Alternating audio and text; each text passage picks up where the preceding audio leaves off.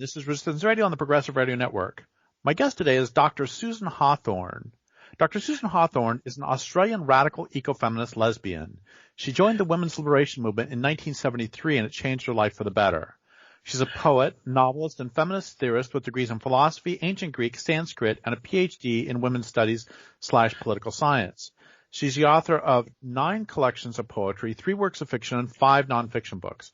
Her books have been translated into 5 languages. She's worked in publishing for more than 30 years and is an adjunct professor in the School of Humanities at James Cook University, Townsville. She lives in tropical Queensland surrounded by wildlife, cassowaries, goannas, wallabies, lots of butterflies, and lush vegetation. Her publishing website is www.spinifexpress.com.au, Facebook Spinifex Press, Twitter handle Spinifex Press. Her most recent book is Vortex, The Crisis of Patriarchy. And we talked once before, which I really enjoyed. And so first off, thank you for your work in the world. And second, thank you for being on the program. Thank you, Derrick. It's great to talk to you. So about 25 years ago, I interviewed Judith Herman, the extraordinary person who wrote Trauma and Recovery. And one of the things she talked about was how, oh gosh, sorry, I'm blanking on the name. The person who did the studies of high and low rape cultures, Peggy Reeves Sanday. She mentioned Peggy Reeves Sanday, and Peggy Reeves Sanday studying why some cultures are high rape and some are low rape. And she listed some of the characteristics, and some of them were obvious, like if it's highly militarized, it's probably a high rape culture. If women are treated poorly in general, it's probably a high rape culture, and on and on. And one of them she said was that if there is a male creator deity instead of a female creator deity or a couple creator deity, that it's probably a high rape, that could be a marker of a high rape culture. And then Judith Herman threw in an offhand comment afterwards. She said, and that really is counterintuitive to have a male creator deity. And this line has haunted me for 25 years, and I'm hoping you can, exercise this haunting or help me understand this. It is tremendously counterintuitive, and I'm wondering if you can help us all understand it. Well, it's really interesting that you start with that, because I've been trying to just pull my thoughts together in preparation for this interview. And, you know, one of the things that happens in the transition from what I would call women-centered or matrifocal or matrilineal cultures to patriarchy is a huge increase in rape and rape stories and rape mythologies. In fact, I was just writing some notes before, and you know, the rape story happens again and again and again. As patriarchy comes in, that's the first thing that happens. It's really hard to know where to start because it's so huge. I mean, the story of the shift from society that respects women and has a female deity or a multiplicity of female deities to patriarchy takes up several 100,000 years. So the shift began to happen, or started to happen, I guess, around about 6,000 years ago. That's not the case all around the world, and it's certainly true that patriarchy is neither universal nor inevitable. And there are some remaining cultures that are not patriarchal, but Peggy Reeves Sanday would have more to say about that. She's better informed than I am on that level. But let me just talk a little bit about Greece. How I started to get into this was back in 1976, early 77, I travelled to Greece. I had just finished university and, like all Australians, took off. Going to Greece really changed my mindset. I particularly went to Crete. I went to the museum in Heraklion. And if you have the right mindset, if you have an open mind, you walk into that museum and you can see immediately that the women-centered or women-respecting culture of the Minoans, badly named because Minos was a king and it had nothing to do with him, that the culture of the Minoans is truly extraordinary. It's artistic. There are no fortifications visible on the island of Crete. The images and figurines of women are everywhere. There are hardly any male figures, and it just shifted something in my brain. I then returned to Australia and I began studying Greek. In the process of studying Greek, I also attempted to do a PhD on precisely this topic, which was the nature of the structure of belief systems in the ancient world. And what I was going to do was to write about the way in which the belief system shifted in this moment of patriarchy coming in. In Greece, the most well-known story of the transition is the one of Athena, which you get in the plays, in the Oresteia plays, where Athena makes a decision that the killing of the father is a far worse crime than the killing of the mother.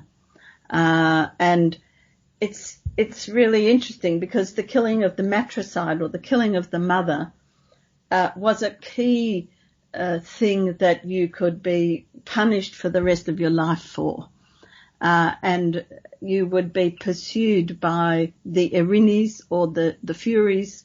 You would not live a peaceful life. This came after the battle with Troy. Now, Troy was probably a matrilineal society. It was based, the area where Troy was is now in Turkey, which at that time you would call Anatolia, or, various other things. And Anatolia had a very long history of women respecting societies. It's also where some of the Amazons come from. It's huge. I almost don't know which sentence to say next because it's so big. Anyway, so, the war in Troy happened because Paris, who was a real upstart and up himself, he went off with Helen. Now, Helen was actually a very smart Spartan, and sister to Clytemnestra. And she was married to a real deadhead, Menelaus, who was the brother of Agamemnon. Agamemnon then decides Menelaus decides there has to be a war, and Agamemnon leads the troops off to Troy. They have 10 years of fighting, 10 years. On the way, they sacrifice Agamemnon and Clytemnestra's daughter, Iphigenia.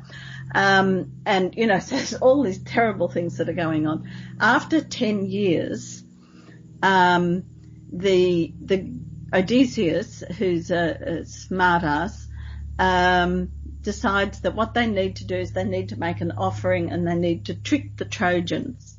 So they build a wooden horse as an offering to Troy because they can't get into the city. The walls are just too high. Anyway, so they do this, and inside, Cassandra has been saying, "Don't accept this, Troy. It's a trick. Please don't bring it in." The problem with Cassandra was that although she had the ability to see the future, nobody would believe her. And the reason for this was that she knocked back Apollo, who wanted to have sex with her, in other words, wanted to rape her without her permission, and she refused. And so he said, nobody is ever going to believe your prophecies from now on. It's a real Me Too moment, I think. Anyway, so the horse comes, the wooden horse comes in. It is filled with Greek soldiers. In the meantime, the ships of the Greek soldiers have headed off and disappeared from the shoreline, and the Trojans are going, what's going on? Well, this must be a genuine offering to us to say, let's stop the war.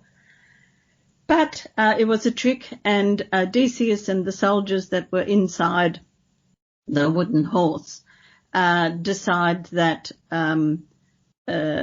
that once it got dark, that they will come out and they will kill the people, ravage the city and so forth, which is precisely what they do. They set the city on fire. The whole place is not demolished, but it is so many people are killed, people are taken as slaves. Cassandra becomes one of those slaves, and so on. And when so Cassandra becomes a slave to Agamemnon, and when Agamemnon returns to Greece, he's really pleased because he's won the war, and Greek manhood is up there. And so he goes in and into the palace where Clytemnestra with her lover of the time, Aegisthus, are, and Clytemnestra arranges to have Agamemnon killed. Cassandra has been saying to him, don't go in. He didn't believe her, of course. So because Clytemnestra has Agamemnon killed, that then becomes the basis of the statement of Athena, because in response to that, Orestes, who is the son of Clytemnestra and Agamemnon, kills Clytemnestra. So there's the killing of the husband by Clytemnestra killing Agamemnon, and then there's the killing of Clytemnestra by her son Orestes. And he is then pursued by the Erinyes or Furies. And Athena has to make a decision. And she makes the decision that actually matricide is a very, very bad thing, and far worse than the killing of Agamemnon, which is interesting because in the case of Clytemnestra killing Agamemnon, she is not killing a blood relative. She is killing a husband, a consort, a sexual partner, etc. Whereas Orestes is killing his own blood mother. And that is the really critical difference. But Athena, the goddess who had been born from the head of Zeus in the later Greek mythology, comes down on the side of the patriarchy. So the thing is, it's complicated because you really have to know all the names of the people, and you have to understand the family connections and the genealogy and all of that. And it really takes a while to get your head around it. So that's the starting point. So thank you for that. And let's back up just a little bit. And can you give us a couple of, or at least one, female creator, female deity creator stories? Well, there are a huge number. The Greek one, the oldest of them, is Eurynome, and she is the goddess who laid the egg, the cosmic egg, and out of that came the world. There are stories of that kind all around. Lots of different cultures have very similar stories of a creator goddess who is the origin of all things. And then there are generations of different gods who come out of that. And Zeus is in the line quite a long way down, several generations after that. So the matriarchs, goddesses like Rhea, who's the flow, that's a word that means flow. And, so that I read that as, these are the stars, the Milky Way and all of those sorts of things. So this is the big picture, and you get the Milky Way appearing in lots of stories, or the stars and the the heavenly bodies, let's call them. And are the heavenly bodies at that point considered female? Yes. Not all, but a vast majority of them, yes. And then this transition of taking several generations until let's stop for a second and go with, now can you give a couple examples of male creator deity stories? Well, they come very late. The Christian story is, it's only 2,000 years old. Although if you go back to the Old Testament, I guess it goes back further than that. It's actually, in terms of creator, the Greeks didn't really have male creator gods. Zeus does, he creates Athena out of his head, but that's as good as it gets. Ares, his brother, is the god of war, and Hades is the god of the underworld. So there's not a lot of creation going on there. In India, you do get creator gods. Now I'm having a blank myself. It'll come to me soon. And Brahma is one of them. And the thing is that all of the creator gods have to do other things because, in fact, they are incapable of creating from themselves. They have to have some kind of trick that creates things like, Yahweh, the Christian God, creates Adam out of dirt. Eve was actually around long before Adam, and the precursor to Eve was Lilith, who was a Hebrew goddess. There are so many names, I'm trying to rack my brain all the names of the ones I haven't thought about for a while. And, it's really quite extraordinary. The patriarchy, and I think patriarchy is still doing this, does a lot of appropriation, and creates different ways, different illusions, I think, of creation, that are not really creation. And there's a lot of killing that goes on. Marduk in the Near East, he is a god who comes in and kills the goddess. So there is killing, there is rape, there is trickery. All of these things happen across a whole lot of different cultural traditions. So I'm gonna throw something out and let me know if you think this is okay or nonsense. That it has always struck me that in the Bible it talks about in the beginning was the Word, I believe. Mm-hmm. Yeah. And it and then we have the notion of Zeus creating Athena emerging from his head, and one of the problems with patriarchy, it has seemed to me, is that it values what we think over what is real.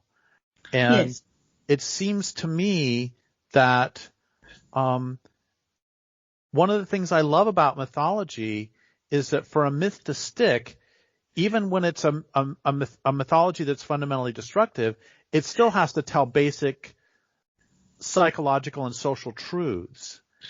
And so it's like they can't help but reveal from the very, very, very beginning that in patriarchy, what we create from our mind or from our brain is more important than what is created by the body or the body of the earth. That's like the entire, not all of patriarchy, but a lot of patriarchy is condensed into those few words. Would you agree with that? Yes, I would agree. Patriarchy has a tendency to reify the abstract as opposed to the material. And you can see that in the so-called birth stories of patriarchy as opposed to the genuine birth stories of female-centered societies. Women genuinely do give birth, and you can see who that. You can also trace lineages back through female lines, whereas when you have patriarchy, the men can never really be sure if they are the father, and in order to be sure about that, they have to institute, really strong laws that make it impossible for women to have any other sexual partners, or to give birth to children who are the offspring of other men. So there are a whole lot of things that come along with that. And one of the other interesting stories is the story of Medea. And Medea also comes from a society in which women have more power, although her father is the king. But she is a very smart woman. She has knowledge of herbs. She is called a witch, which means that, she's got a PhD in that period. She helps. Jason comes to her place in Colchis, and he's been told he has to collect the golden fleece. But in order to do this, he needs help, because he can't actually do it on his own. So Medea provides all sorts of opportunities for him to do the various things he needs to do in order to get the golden fleece. She then departs her homeland of Colchis with Jason and goes to his homeland, in Corinth, that very tiny, it's the space between North and South Greece. And on the way, in order to stop the pursuit of their boat, she kills her brother and cuts him up and spreads him across the sea. Now, that's not a nice thing to do, but, if you want to escape, you do bad things. But when she gets to Corinth, while Jason has been saying all these marvellous things to her and how fantastic she is, and in the meantime they've had 2 sons, he then goes off with the local princess, Glauca, I think is her name, and decides that he's going to marry her. So what's happened is that Medea has lost her ground because she has left her homeland. She is no longer attached to the place called home. Instead, she is in this foreign place called Corinth, which is a long way away in terms of sailing time, from Colchis at the other end of the Mediterranean. He decides he's going to marry this princess, and he will have her sons and they will grow up with them. So it's also a story about theft of children, which is another repeating theme. She then decides to react against this, but she does it by trickery. She offers a beautiful dress to the princess, who puts it on, and because of her knowledge of herbs and poisons and stuff, the dress kills the princess. And she also, of course, Jason is furious, but she also kills their 2 sons, because it is clear to Medea that if the sons live, then she will not be considered the mother. So there's all these battles going on. Medea has lost everything by taking off with this hero Jason, but Jason also loses because he loses the new wife to be. He also loses his children. Eventually he's hit on the head by a piece of wood from one of the ships. So, and actually Medea, according to the play, is rescued and carried off in a flying chariot, which is a rather nice end to the story. She then goes down to Athens and lives there for many years. So that's another whole story. So in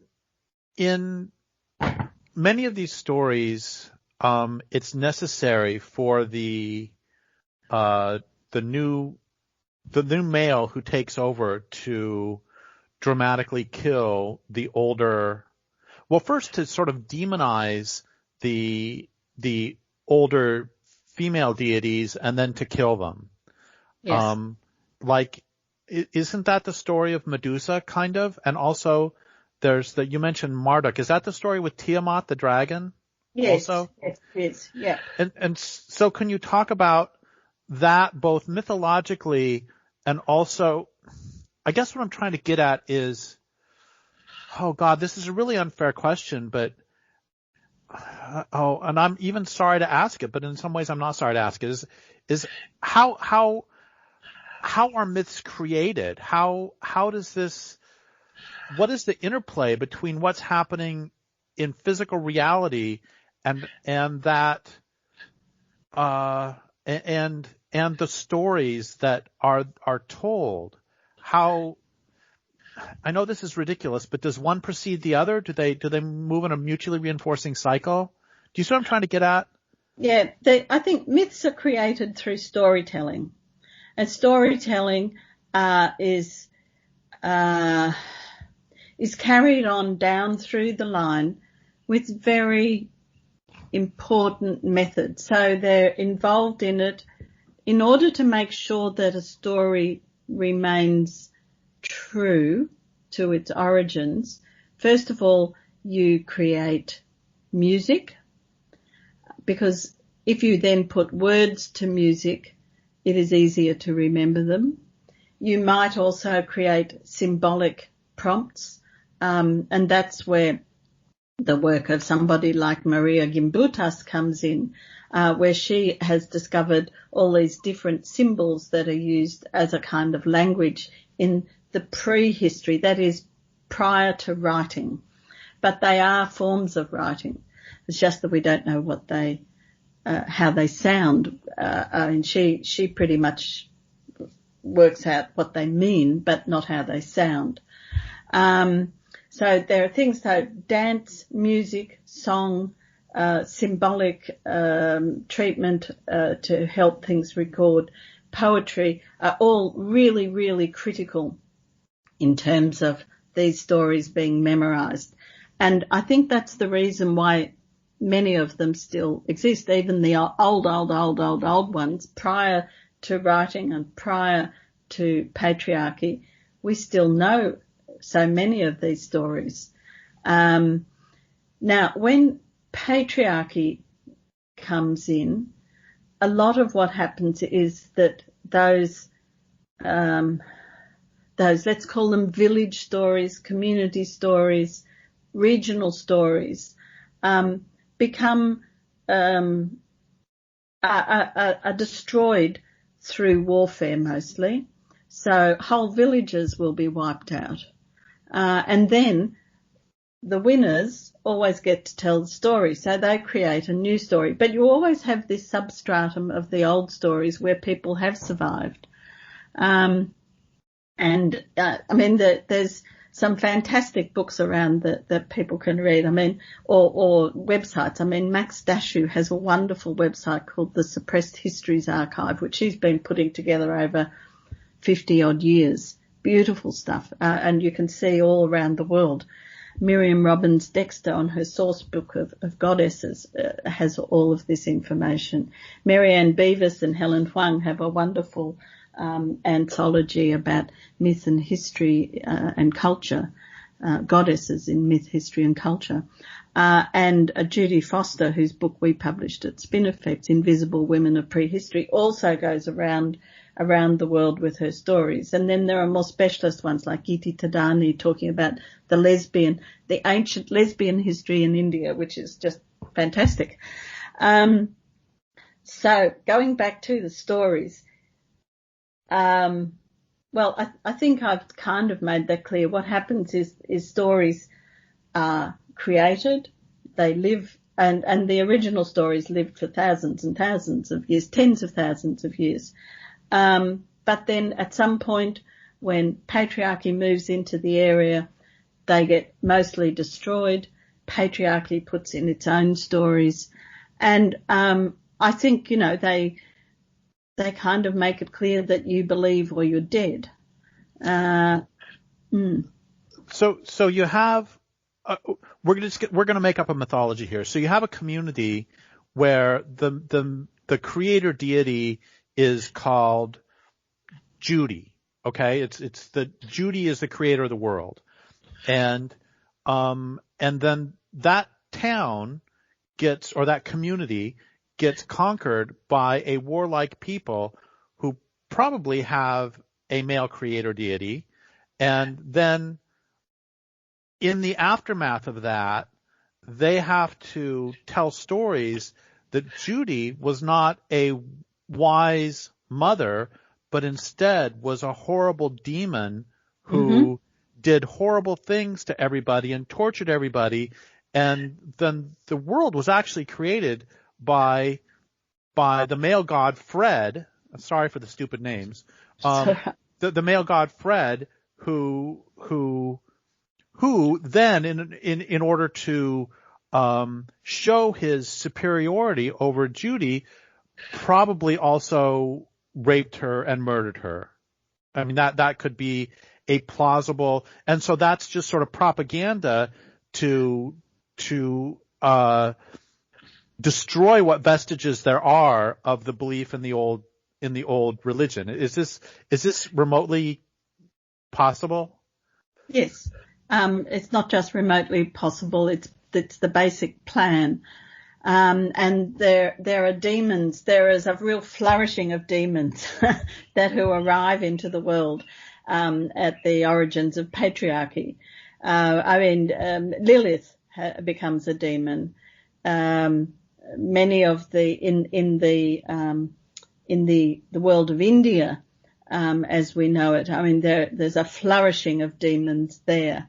And the demonic is something that happens everywhere. I mean, in Rome, when the creation of Rome as we know it now, the mother of Romulus and Remus, whose name was Ilia, she was raped by the god Mars. She didn't want to be raped, of course, but as a result, she became pregnant. And when she was pregnant, she was then imprisoned and chained, because the patriarchs did not want that lineage to exist. They didn't want the children of her to come into existence. Those children then, when they were born, that's Romulus and Remus, they were taken by a shepherd down to the river Tiber and left there. He was meant to kill them, but he didn't have the heart, so he left them there. They were then adopted by the she-wolf, Lupa, who took them to a cave and raised them. And you see that the image of Rome is Lupa, the wolf, suckling Romulus and Remus. But Romulus and Remus were just as bad, because Romulus was the one who set up the rape of the Sabine women. The whole story is a complete setup, where Romulus provides the opportunity for the Sabine women to be raped. He then has a court, there's a kind of court case that's a bit like a Trumpian court case. It's really terrible. So the Sabine women become the ones who are blamed for the rape, not the perpetrators. So that's a demonization of those women within a historic period. Then they don't all happen in the prehistoric period. And I've written about a lot of this. I mean, that particular story, or those stories I write about in my poetry collection, Lupa and Lamb. That's kind of how I've been working with these stories. I did try to do a PhD back in 1979 on this subject, as I mentioned before, but nobody was ready.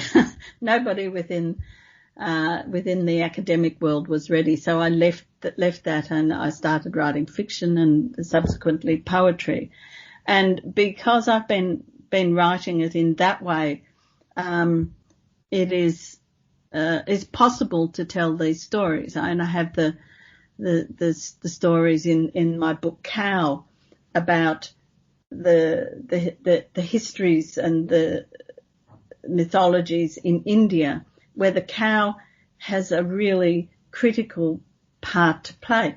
Like I said at the beginning with the stars and so forth, the cow in my story, I mean, I call her Queenie. It's because the word queen is related to the word cow etymologically. But the cow says, I'm obviously the creator of the universe because look, the Milky Way made up, they're the galaxies. The Greek word for milk is gala, which is where the word galaxy comes from. So I play with these stories, but there's also a whole lot of real research in the back of the stories that I tell.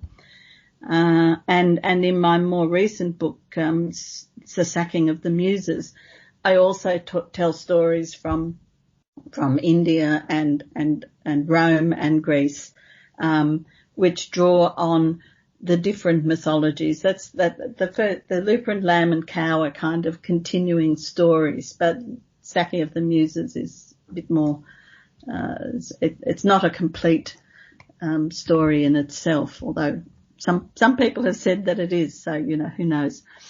So I think that the interesting thing is the way in which stories do persist. I mean, the cows in India these days, they are still the centre of so many people's lives, both materially and spiritually.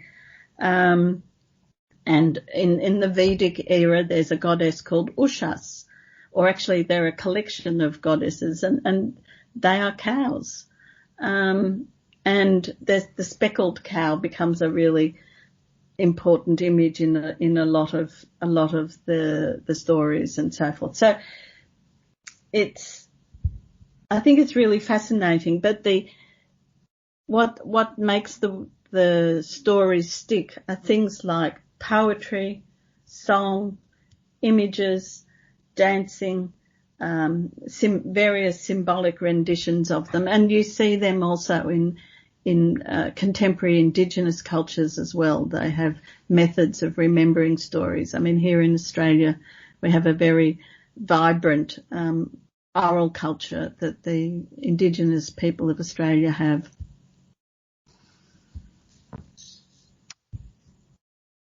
Yeah, I used to have a friend who was a cowboy poet, and he talked about how if you tell a joke once, people will hear it once and they don't want to hear it again. But if you put it to rhyme, they want to hear it every night around the campfire. And then also I'm thinking about what some Indigenous people have said to me about the role of music in propagation, that music opens us up viscerally. It opens up our body to receive messages, which is one reason, frankly, that a lot of rock and roll really scares me, because you can have people playing power chords and opening up until you can have 100,000 people chanting at the same time, "I'm on the highway to hell." Mm-hmm. And it doesn't so much scare me as I just recognize that music itself is very powerful, and rhyme is very powerful, meter is very powerful. And they move us in ways I think that we often don't understand. Yes, they do. And I think that's one of the reasons, why dactylic pentameters and various other meters, poetic meters are very important. I mean, the stories that Homer, which is just an invented name really, tells in the Iliad and the Odyssey, the entire story is done in meter. Now, if you have meter and you have to tell this story out of your head, you don't have any notes in front of you. It's all in the memory. There are certain ways of creating systems that allow you to remember because of meter. There are various fillers, the names of gods and goddesses. They get all these interesting adjectives in front of them. Something like owl-eyed Athena or the wine dark sea. So you get these phrases that are there that if the poet can't quite remember what's going on, fills it in. And I did some work on the Homeric hymns to Aphrodite and to Demeter. And again, those Homeric hymns are much shorter than the massive Iliad and Odyssey, but they tell really important stories, shorter stories about different goddesses. And in those stories, again, you see the transition, not always by the time these stories are happening, patriarchy is already there. But what you see is the diminution of power for the goddesses. So Aphrodite, for example, has a sexual relationship with a human, Anchises. And at the beginning, Aphrodite is this, goddess who's got everything, everybody literally loves her, and she never falls in love with humans. She can't be won over. But in this instance, she is. So she has a sense of shame about that. Now, that's a new concept. That is not a concept that was around in an earlier time. And she loses power through the story. The story of Demeter has a similar, analogous kind of dimension to it. Where, Persephone, who's the daughter of Demeter. Demeter is the mother goddess, the cereal goddess, the farming goddess, all of those things. Persephone is out playing with her friends and looking at flowers. And Hades, the underworld, the god of the underworld and brother of Zeus, comes along and abducts her and takes her to his home, which is the underworld. Demeter doesn't know where Persephone has gone, and she can only find one person who will tell her that, and that's the other goddess, Hecate, who knows a lot more than she lets on. Anyway, so eventually they discovered that Persephone is in the underworld. And Demeter wants her to leave. But the problem is, while she's there, she has red wine, and she has the seeds of the pomegranate, which are red. And because of that, she can't leave forever. Demeter wants her to come up to the upper world, and stay with her. But it's determined that she spends 6 months, in the underworld and 6 months in the upper world. And during the time when she's in the upper world is when the fields are fertile, and the crops grow and everything is flourishing. But then winter starts to come and she has to go back down to the underworld. So she's trapped in this patriarchal marriage which she can't escape. So that's another story, not at the introduction of patriarchy, but rather the strengthening of it.